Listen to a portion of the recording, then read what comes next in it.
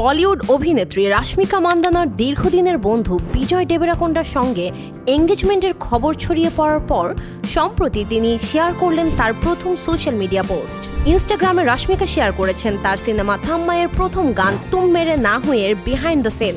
গানটি কয়েকদিন আগে রিলিজ হয়েছে এবং ইতিমধ্যেই ইন্টারনেটে তা ভাইরাল। রাশমিকাকে তার হট লুকে দেখা যায় এই গানে।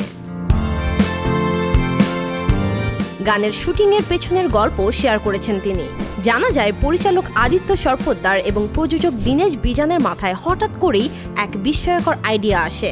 তারা সিনেমাটির একটি দৃশ্য একটি অসাধারণ লোকেশনে শুট করে। এমন সময় ডিরেক্টর আইডিয়া দেন এখানে একটা গানের শুট হলে খুব ভালো হয়। তখনই 10-12 দিনের শুটিং শেষে মাত্র 3-4 দিনে গানটির সবকিছু সম্পন্ন হয়। শেষ পর্যন্ত সবাই হতবাক হয়ে যায় ফলাফল দেখে।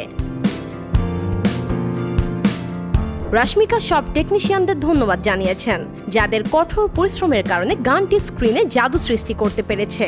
তিনি লিখেছেন, সব dancer, costume, set, light, direction, production সবাইকে বড় ধন্যবাদ। আপনারা ছাড়া এটি সম্ভব হতো না। আশা করি আপনাদের ভালো লাগবে। গানটিকে আপনারা অনুভব করবেন, নাচবেন এবং উপভোগ করবেন।